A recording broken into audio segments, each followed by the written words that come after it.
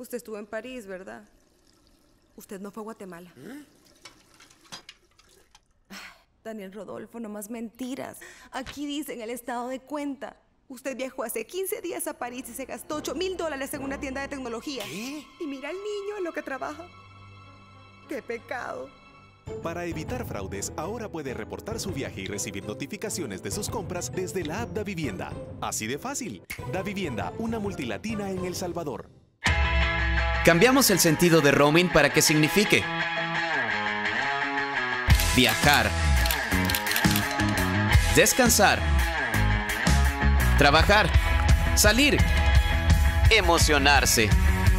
Porque ahora tenemos un continente conectado, con América sin fronteras, 16 países para hablar y navegar, con tarifa local desde Canadá hasta Argentina, incluido en los nuevos planes postpago 360 a partir del plan 40. ¡Claro que sí!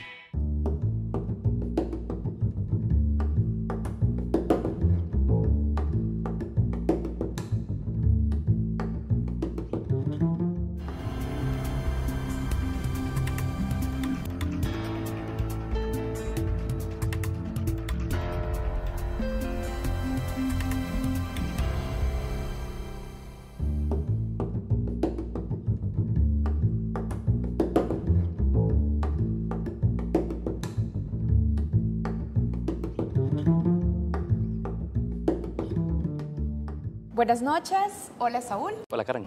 Bienvenidos todos a Focos. Esta noche es una edición especial de Focos porque desde hoy 24 de junio hasta el domingo 15 de julio, Focos se va a transmitir en un horario especial de 8 a 9 de la noche. Así es que hoy iniciamos con esta entrevista. Saúl. Así es Karen, una entrevista para inaugurar este ciclo de horario especial teniendo en cuenta la programación del Mundial. Tendremos un programa de 1 hora donde estaremos alternándonos hasta el 15 de julio con la entrevista de Zoom conducida por Alberto Arene, pero a partir de esa fecha ya tendremos un programa de 1 hora 30 juntando nuevamente todos los segmentos. Esta noche vamos a hablar sobre la Sala de lo Constitucional y sobre la lucha contra la corrupción. Y es que durante los últimos 9 años la actual Sala de lo Constitucional ha sentado importantes bases normativas en el combate a este flagelo contra los abusos del poder y la corrupción. Sentencias sobre el control a presupuestos generales, el impulso de juicios por enriquecimiento ilícito contra funcionarios públicos y el respaldo a leyes en el combate a la narcoactividad son algunas de estas, Karen. Así es, y esto no ha sido suficiente. En la práctica, la discrecionalidad del poder, la inaplicabilidad de las leyes y el débil combate penal a la corrupción e impunidad constituyen en la práctica grandes frenos para que como país podamos dar un salto cualitativo en el combate a la corrupción. Por eso hoy nos preguntamos qué le hereda la Sala de lo Constitucional saliente al país en esta materia, cómo interpreta los desafíos que aún le quedan pendientes y qué retos asumirán los magistrados que los van a sustituir en esta nueva elección. Para profundizar sobre estos temas, hoy nos acompaña, tenemos el gusto de tener en la mesa de matices por primera vez a Sidney Blanco, magistrado de la Sala de lo Constitucional, a quien le damos la bienvenida al programa. Muchas gracias, un saludo Saúl, Karen, gracias por la invitación. Bueno, magistrado, queremos empezar hablando del trabajo de la Sala de lo Constitucional. Un elemento importante para esta discusión que hay que tener en cuenta es que en 2010 la Sala de lo Constitucional declaró inconstitucional el traslado de fondos entre instituciones del Ejecutivo y que estos fueran a dar a la cuenta de gastos reservados de la presidencia. Sin embargo, como lo sabemos, la investigación de la Fiscalía General de la República evidencia que en la gestión del expresidente Mauricio Funes se evadió la sentencia de la Sala, lo que permitió que fuera incrementando la partida de gastos reservados de la presidencia hasta que se terminó ejecutando un 50% de gastos reservados sobre el presupuesto total que ejecutó Casa Presidencial. No advirtió la Sala de lo Constitucional sobre cómo se estaba evadiendo esta sentencia y cómo se seguía incrementando exponencialmente la partida de gastos reservados. Bueno, si ustedes me lo permiten, puedo retroceder un poco antes de 2010. En el año 2004, con el gobierno del presidente Saca, se impulsó una ley de presupuesto que autorizaba la transferencia de fondos de una partida a otra para que luego, a través de un simple acuerdo en el ramo ejecutivo, se trasladaran los fondos hacia Casa Presidencial. En aquella oportunidad, la Sala de lo Constitucional declaró que esas transferencias de fondos eran constitucionales, toda vez que no se superaran los montos globales autorizados en el presupuesto. Esto significaba que el Poder Ejecutivo tenía libertad, autonomía para poder transferir fondos de una partida a otra, alterando lo que la Asamblea Legislativa había decidido.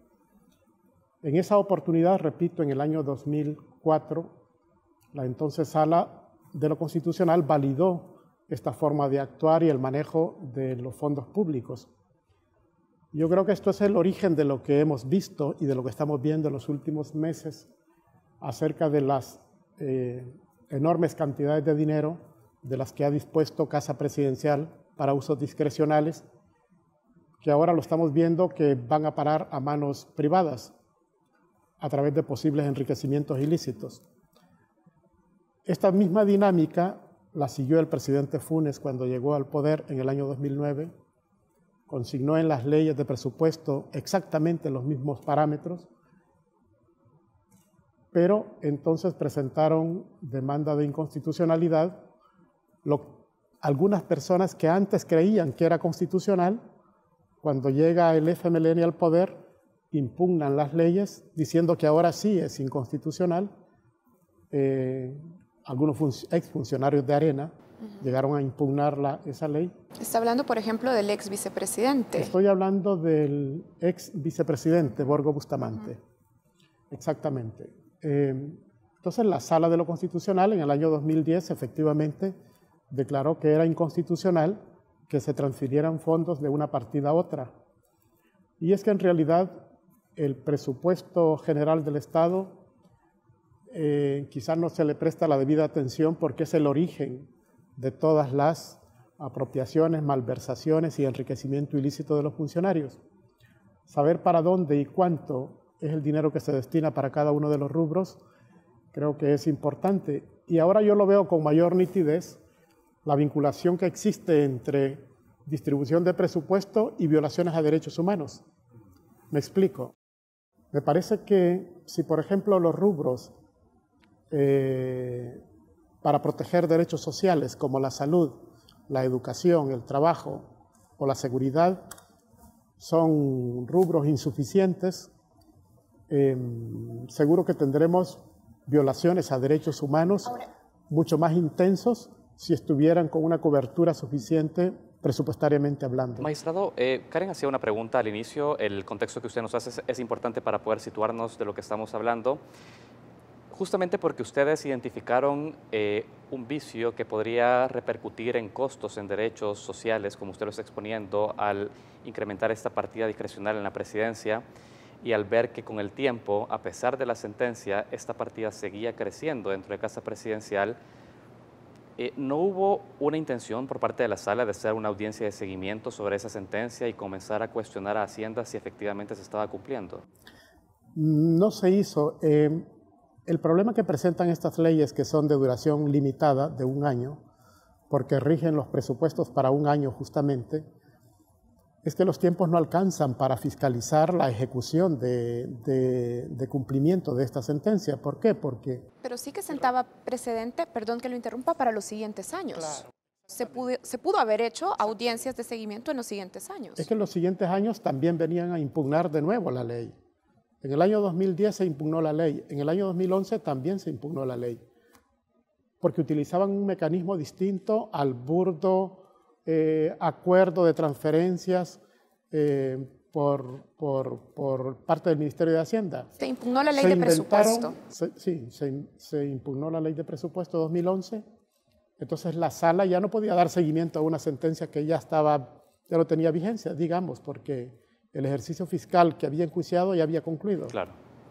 Entonces empezaba de nuevo a conocer de un nuevo proceso contra una nueva ley que articulaba unos mecanismos que llegaban prácticamente a lo mismo. ¿En qué sentido? Si en un principio, a través de un acuerdo, se autorizaban las transferencias de manera abierta, después en el 2011, por ejemplo, se aprobó la ley en el sentido de crear en todos los ministerios unas cuotas importantes de gastos imprevistos y estos gastos imprevistos alimentaban una gran cuenta que se llamaba financiamiento de gastos imprevistos, en donde se obligaba a todas las instituciones a transferir los fondos de gastos imprevistos al financiamiento de esta gran cuenta que se llamaba así, financiamiento para gastos imprevistos. Eso en 2012. 2011. Y luego, con posterioridad, se autorizaba de nuevo al Ministerio de Hacienda para que transfiriera fondos de una partida a otra. Lo que quiero decir es que los gobiernos han utilizado diferentes mecanismos para que desde la Presidencia de la República se puedan disponer importantes cantidades de dinero. Ahora, magistrado, Rodolfo González, otro magistrado de la Sala de lo Constitucional, recientemente dio una entrevista a Diario El Mundo y reconoció haber escuchado más de alguna vez que el Ministerio de Hacienda estaba violando dicha sentencia.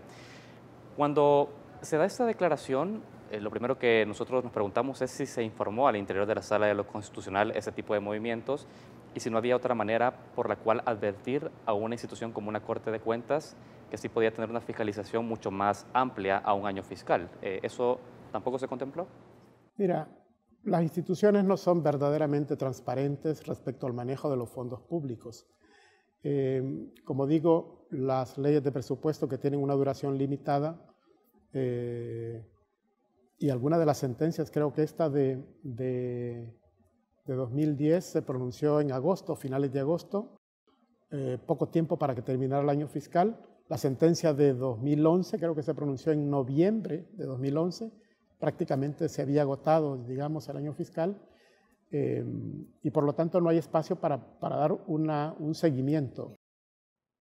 Mira, nosotros hemos partido de la lealtad institucional, en el sentido de que nosotros hemos esperado y seguimos esperando que las instituciones cumplan, porque es lo que les corresponde con los dictados de la sentencia, el sentido de las sentencias. Es decir, no podría ser adecuado, y de hecho no lo hacemos, no damos seguimiento absolutamente a todas las sentencias que pronunciamos. Esperamos que los funcionarios cumplan de buena fe. Magistrado, queremos volver a algo que usted estaba poniendo sobre la mesa. En 2004, ya lo estaba mencionando usted, se presentó una demanda justamente a las transferencias desde instituciones del Ejecutivo a la cuenta de gastos reservados. Esta demanda fue presentada por Shafiq Handal, el entonces diputado Salvador Sánchez Serén y el entonces también diputado Gerson Martínez. En 2010, ya decía, fue presentada por el ex vicepresidente Enrique Borgo Bustamante. Usted en ese momento era magistrado suplente de la Sala de lo Constitucional. En 2004. En 2004. Y en 2004 dijo que el fallo de sus colegas era jurídicamente insostenible, públicamente indefendible y contrario a la Constitución. Si no habían argumentos jurídicos en ese momento, ¿usted cree que la sala en ese año presidida por Agustín García Calderón actuó deliberadamente para favorecer al gobierno de turno? Mira, yo creo que, bueno, hago historia un poco sobre esto. Yo fui electo magistrado suplente de la Sala de lo Constitucional en el año 2003 y me llamaron para integrar la sala por primera vez en octubre de 2004. Y aprovechando mi permanencia de un par de días ahí, los magistrados que integraban la sala me dijeron, mira, aquí hay una propuesta de sentencia sobre un tema relacionado con presupuesto que está orientado a permitirle al presidente de la República disponer de fondos sin tener que pasar por la Asamblea Legislativa, porque esto implica un trámite más burocrático y como que tiene poco margen el presidente de la República. Bueno, yo vi el proyecto, me pareció que era totalmente insostenible, como lo digo ahí, jurídicamente. Me parecía que era una manera de permitir vaciar los fondos públicos para trasladarlos a usos discrecionales de la Presidencia de la República. A mí me parecía, como lo digo en el voto, que me daba la impresión que los magistrados de la época estaban siendo influenciados por Casa Presidencial para emitir una sentencia en ese sentido. ¿Le daba esa impresión a usted o es que realmente eso estaba ocurriendo, Me maestro? daba esa impresión, porque, y así lo digo no estoy diciendo ni revelando nada nuevo, ahí está mi voto, en donde les digo prácticamente que no estoy de acuerdo y que estoy sorprendido por lo que están haciendo, habilitando al propio Ejecutivo para que con simples acuerdos se transfieran cantidades de dinero a la presidencia. Es más, mencioné algo que luego me di cuenta que no les gustó el tono en que se los dije, que me pareció que uno de los valores que deben caracterizar a los jueces no se puso de manifiesto en esta sentencia, como es la independencia judicial.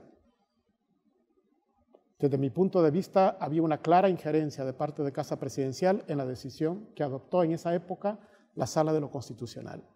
Y la actitud de los entonces magistrados no me pareció correcta. Bueno, es más, a mí cuando me preguntan, mire, ¿cuál ha sido su peor frustración en los 22 años de carrera judicial? Pongo ese día de octubre, en donde me pareció que la entonces Sala de lo Constitucional, presidida por Agustín García Calderón, no se tomaba las cosas en serio. Y yo creo que si desde entonces se hubiera puesto freno, probablemente no habría ocurrido lo que hoy vemos que probablemente ocurrió. Sin embargo, hay que atender también al contexto en el que surge una resolución totalmente distinta en 2010. En 2010 hay un gobierno de izquierdas que llega a la presidencia de la República y la correlación política en el país también cambia. También llega una nueva Sala de lo Constitucional. Y mi pregunta va orientada a esto.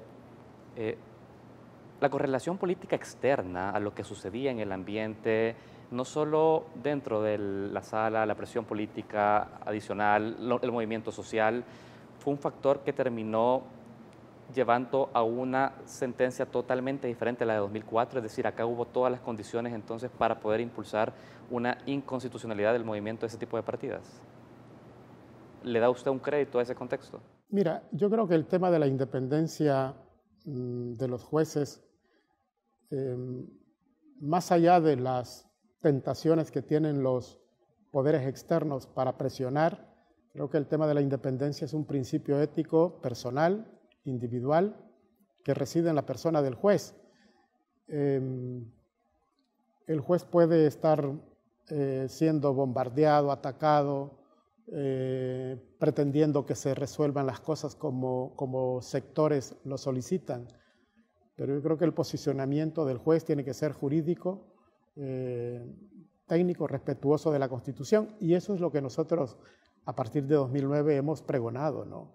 Y afortunadamente han habido un grupo de magistrados dispuestos a enfrentar al poder, a los sectores que suelen ejercer influencia en los jueces para que se adopten decisiones en determinado sentido. Bien. Bueno, magistrado, vamos a hacer un primer corte, hacemos una pausa, vamos a continuar al regresar conversando con el magistrado de la Sala de lo Constitucional, Sidney Blanco. Ya volvemos.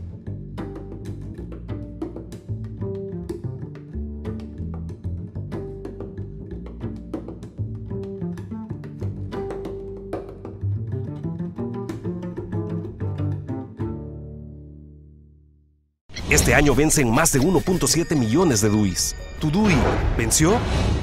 ¡Renuévalo ya!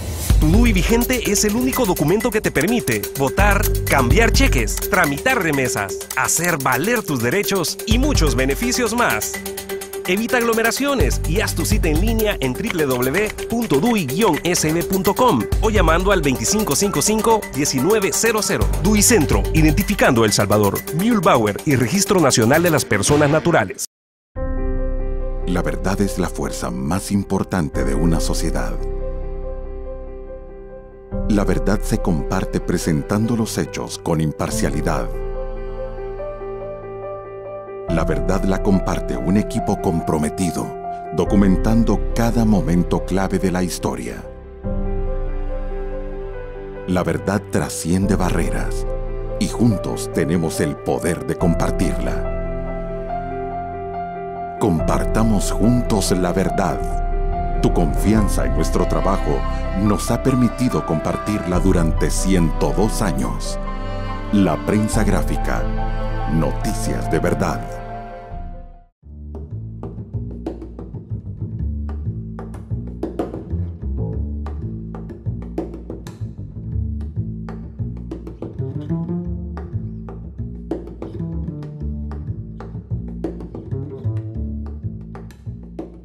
Bien, estamos de regreso en la mesa de entrevista de Matices. Esta noche conversamos con el magistrado de la Sala de lo Constitucional, Sidney Blanco.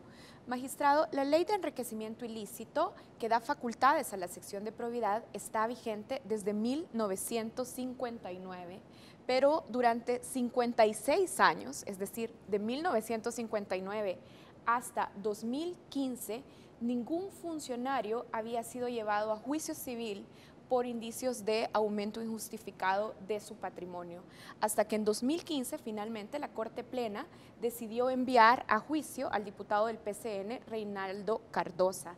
Desde entonces, 22 informes han sido llevados a Corte Plena y han ocurrido unos 15 juicios por enriquecimiento ilícito. ¿Cómo explica usted que durante décadas la sección de probidad fuera incapaz de lograr que se enjuiciara civilmente a funcionarios públicos? Mira, nuestras instituciones en El Salvador no se han caracterizado por el combate a la corrupción, sino precisamente por lo contrario, por dar cobertura a la impunidad. Es más, yo creo que incluso todavía no hay verdadera conciencia de la magnitud de los problemas que genera la corrupción en El Salvador. Me da la impresión a veces que el país necesita como asombrarse todavía más para generar esa conciencia en la ciudadanía, en los funcionarios, en las instituciones. Pero, magistrado, dentro de la institución, ¿qué cambió? Es decir, el mismo cuerpo legal, 56 años sin juicios, ni siquiera sin que se lograra avanzar a etapa de juicio civil. ¿Qué cambió en 2015? Coincidió la correlación de magistrados en la Corte Suprema de Justicia. Bueno, yo llegué en el 2009, como ya lo dijimos, y para entonces era materialmente imposible obtener votos para impulsar esta clase de procesos. Es más, si retrocedemos todavía más, en el año 2005, esta Corte, presidida por el doctor Agustín García Calderón, cercenó las atribuciones que tenía la sección de probidad, prohibiéndole realizar investigaciones en las instituciones bancarias y que solo la Corte lo iba a hacer directamente. Por lo tanto, permaneció prácticamente inactiva esta sección de probidad desde 2005 hasta 2015, durante 10 años, que no se pudo retomar el trabajo, no se pudo iniciar, más bien dicho, un trabajo de investigación. En el 2015 se volvió a plantear el tema y ahí hubo los votos suficientes para decir: sección de probidad, usted tiene facultades para realizar investigaciones, porque esa es la naturaleza de la sección de probidad, servir como órgano instructor de las diligencias. Y bajo esa concepción se obtuvo los votos para declarar que habían indicios, creo que por unanimidad de la Corte Suprema de Justicia, se declaró que habían indicios de enriquecimiento. Yo quiero aclarar de que la Corte Suprema tiene esta atribución nada más para declarar si hay indicios, no para condenar, ni para declarar en sentencia definitiva la certeza del enriquecimiento, sino únicamente identificar indicios y ordenar el juicio por enriquecimiento ante los tribunales ordinarios. Magistrado, algunas voces dentro de la sociedad civil dicen que es importante actualizar una ley que data de 1959 para poderle poner más dientes y un mayor control respecto al enriquecimiento ilícito, potencial enriquecimiento ilícito de funcionarios y exfuncionarios públicos. Este año se declaró inconstitucional una ley de probidad que pretendía justamente superar esa ley de 1959. Ustedes argumentaron que la Asamblea Legislativa se había saltado un paso, que era consultar a la Corte un tema de carácter administrativo, como es esta ley. Al final fue declarada inconstitucional, volvió a activarse la del 59, pero de fondo y bajo su perspectiva, ¿cuáles son las condiciones de una normativa en materia de probidad que sean superiores y actuales a un combate al enriquecimiento ilícito en el país hoy en día? ¿Hay algunos criterios que usted podría compartir para poder orientar al legislador a poder tener conciencia o que la Corte proponga ese tipo de normativa? Mira, efectivamente se aprobó una ley de probidad supuestamente novedosa, moderna, pero de la simple lectura se advertía que era todo lo contrario. Estaba orientada a evitar los juicios. Es más, no desarrollaba los juicios por enriquecimiento. Tenía esa falencia. Pero no fue por ese motivo que se declaró inconstitucional, sino porque una ley de esta naturaleza, se dice en la sentencia, tiene que ser a iniciativa de la Corte Suprema de Justicia, porque está refiriéndose a una institución, la sección de probidad, que pertenece a la Corte Suprema de Justicia, y el artículo 133 otorga la facultad exclusiva de iniciativa de ley a la Corte Suprema de Justicia para estos temas. Ahora, yo creo que la ley de enriquecimiento ilícito con la que estamos trabajando todavía, es cierto que contiene un lenguaje y una nomenclatura un poco obsoleta, ¿no? Pero constituyen herramientas mínimas suficientes para trabajar en el combate a la corrupción. Digo porque faculta a la sección de probidad a realizar investigaciones, a pedir informaciones, se permite a los funcionarios aportar los elementos de descargo. Pero es una pena muy baja respecto a lo que podría ser solicitado por parte del Estado ante un enriquecimiento ilícito. Es que estos son juicios civiles, no hay penas, digamos, de prisión. No digo, de responder monetariamente ante un enriquecimiento ilícito al Estado. La Constitución, el artículo 240, dice que deberá devolver al Estado o al municipio lo que se hubiera apropiado indebidamente. ¿Con eso cree usted que está garantizado entonces que sí tiene una respuesta el juicio civil? El juicio civil sí. Lo que pasa es que el enriquecimiento ilícito también es delito. También es delito y por lo tanto debe de procesarse penalmente a los funcionarios para que sufran pues, la prisión que les corresponde. De manera que quitarle todos los bienes obtenidos ilícitamente y además que cumplan una pena de prisión, claro, desde mi punto de vista creo que es suficiente. Ahora, magistrado, solo aclárenos algo. Estaba recordando ya usted que la Corte Suprema de Justicia tiene facultad de presentar iniciativas de ley. ¿Se ha trabajado entonces una propuesta de anteproyecto de ley de probidad desde la Corte Suprema de Justicia? Sí, hay un proyecto justamente a raíz de la declaratoria de inconstitucionalidad.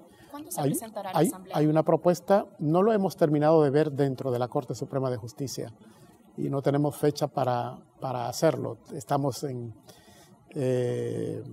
realizando, digamos, análisis de algunos funcionarios y prácticamente en eso nos hemos dedicado todos los martes a conocer casos de probidad, pero casos concretos, de manera que el tema de la ley, que ya se planteó la necesidad, espero que pronto se pueda... No será durante su gestión, porque ya le quedan unos días nada más. Sí, 3 semanas. Hasta hace solo 3 meses, usted se estaba quejando por el retraso injustificado de la sección de probidad en la presentación de informes finales de investigaciones de funcionarios ligados a Gana, Arena y al FMLN.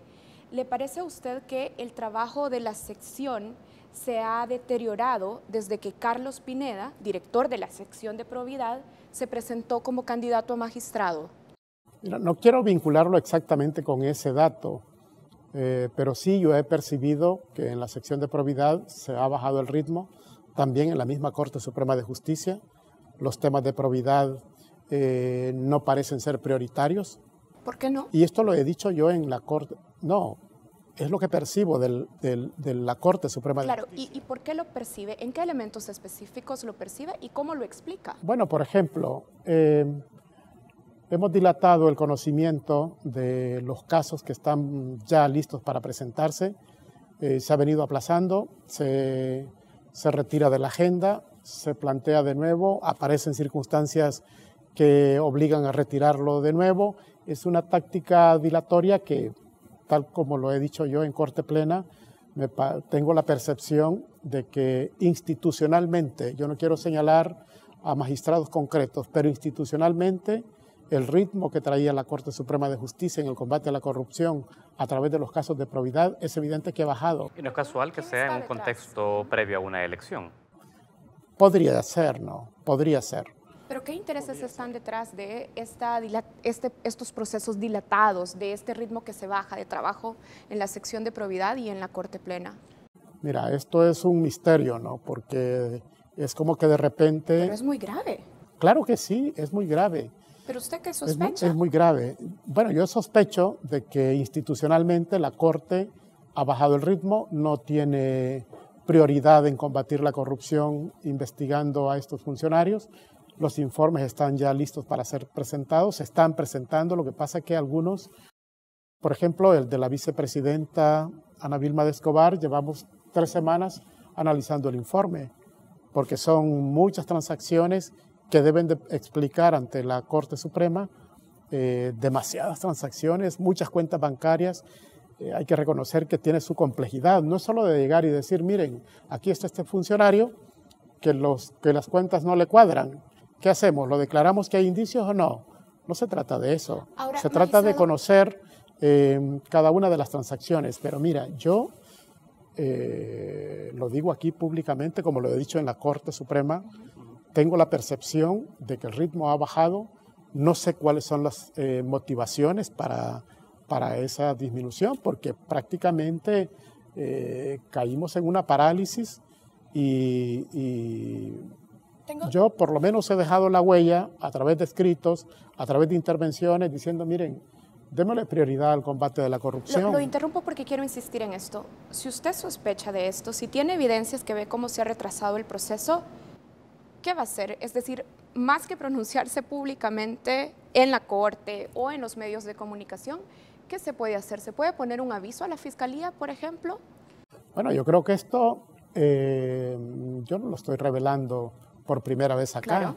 Eso está visible, ¿no? La sociedad está reclamando qué pasa con probidad. ¿Pero qué la Fiscalía sabe. ¿Qué consecuencias tendrían las personas que podrían estar detrás de estos retrasos deliberados? Yo creo que si hay una investigación, debe de existir alguna responsabilidad, ¿no? Para quienes están deliberadamente retrasando la toma de decisiones. Tendría que tener evidencias, como les digo, ¿no? Yo, por eso, he llamado la percepción de que la Corte Suprema está paralizada en estos temas. Muy bien. Usted se ha referido en términos como que la actuación de previas salas, específicamente en el caso del 2004, con la sentencia que habíamos comentado anteriormente con el tema de la partida secreta, usted hablaba que una resolución de este tipo mermaba la fuerza moral que debería respaldar decisiones que emiten los tribunales. En el caso puntual, en el caso del retraso de la investigación de probidad, usted no tiene los elementos con los que sí contaba en el año 2004 para poder determinar que dentro de sus colegas hay elementos que merman la moralidad del ejercicio profesional de un magistrado de Corte Suprema de Justicia en materia de combate a la corrupción, en materia de investigación de probidad, magistrado. Hoy por hoy usted no tiene esos elementos. No. Y bueno, si bien es cierto que dentro de 3 semanas nosotros dejamos la Corte Suprema de Justicia, se entiende, se espera que la Corte continúa con la obligación de conocer los casos de probidad. Es decir, nosotros tampoco nos hemos impuesto el reto de que en nuestro mandato deben conocerse los mayores casos de corrupción. No nos hemos propuesto eso. Hemos propuesto con conocer aquellos que, de acuerdo a la correlación que existe en la Corte Suprema de Justicia, podamos conocer. Si hay algunos casos que no se alcanzaron los votos o que se vino retrasando su conocimiento, por varias razones, mira, el señor Nayib Bukele presentó una recusación contra mi persona. ¿Eso qué implica? Implica que una sesión plenaria se dedique para conocer la recusación. ¿Cuál es el trámite que se le da? Oigamos al magistrado Sidney Blanco sobre los motivos por los que lo recusa. Y estos motivos los conocemos la siguiente semana, y la siguiente semana decidimos si son válidos o no los motivos. Pues la siguiente semana únicamente dicen no son válidos. Pues entonces hasta la siguiente semana los vamos a conocer. Luego presenta el señor Sigfrido Reyes una recusación contra 4 magistrados de la Sala de lo Constitucional por llamarnos porque somos sus enemigos. Se conoce en corte plena. Nosotros nos salimos de la sala, de la corte, porque nosotros somos a quienes se nos están señalando que debemos abstenernos. Lo que quiero explicar es que los trámites procesales dilatorios son los que han contribuido a que estos casos no se hayan conocido. Entonces, la famosa recusación del señor Sigfrido Reyes no se ha podido conocer. Los magistrados no han decidido sobre eso. Pero sobre lo que sí ya hubo una resolución final es que la Corte en Plena ha decidido no enviar a juicio a propósito civil por enriquecimiento ilícito a Nayib Bukele. Sin embargo, usted fue uno de los magistrados que se opuso a esa decisión por parte de la Corte Plena. No hemos conocido de fondo el argumento por el cual usted decide tomar esta decisión. ¿Lo puede explicar? Claro, está por escrito también.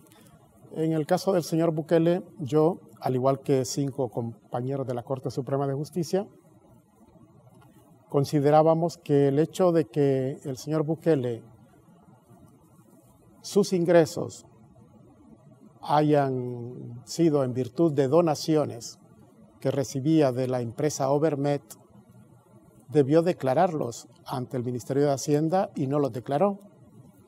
Entonces la tesis que hemos sostenido es que un funcionario a quien se le exige ser más transparente que cualquier ciudadano debe de declarar todos los ingresos que percibe y además pagar los impuestos que corresponden. Y en el caso del señor Bukele, no solo no declaró los impuestos, los ingresos, es que no pagó los impuestos. Eso por un lado. Por otro lado, también mi planteamiento era de que el señor Bukele era el representante de Overmet desde 2004 a 2012. La Ley de Adquisiciones y Contrataciones de la Administración Pública prohíbe ofertar en licitaciones de la Administración Pública a los miembros de los consejos municipales. Entonces, a partir de 2012 a 2016, esta empresa de publicidad ganó, digamos, 38 licitaciones con la administración pública en 3 años. ¿El representante de Overmet? No, dejó de serlo porque él traspasó las acciones a su hermano, traspasó las acciones. Pero en nuestro voto desarrollamos el tema del fraude. El fraude es realizar un acto simulado para cumplir un mandato legal. Entonces decimos que aquí probablemente hay fraude de ley, porque para poder ofertar la empresa de publicidad tiene que estar desvinculado el señor Nayib Bukele. Y entonces lo hizo y eso habilitó para que Overmet participara en licitaciones. Pero nosotros sostenemos de que esta desvinculación tiene que ser objetiva, real, demostrable, y lo que se ha comprobado es todo lo contrario, es que sigue vinculado a la empresa. ¿De qué manera? Bueno, la empresa le entrega dineros, importantes cantidades de dinero. Y eso representa un vínculo material. Y representa una vinculación directa. Entonces, por lo tanto, la tesis era que la Fiscalía debía investigar si esas contrataciones con la administración pública se hicieron en fraude de ley. Porque la ley de adquisiciones y contrataciones con la administración pública prohíbe expresamente a los consejos municipales participar en licitaciones. Esos fueron, digamos, mis desacuerdos con los colegas, con los 9 magistrados que dijeron que no había enriquecimiento ilícito. Desde mi punto de vista, habían elementos o indicios, que es lo que determinamos, para hacer el juicio civil. Y además habían elementos para, tal como se hizo, certificar a la Fiscalía para que indague la regularidad en esas actuaciones. Bien, muchísimas gracias, magistrado Sidney Blanco, por habernos acompañado esta noche en la entrevista de Matices. Muchas gracias. Bueno, Saúl, nosotros cerramos aquí esta entrevista, pero todavía tenemos contenidos en Focos.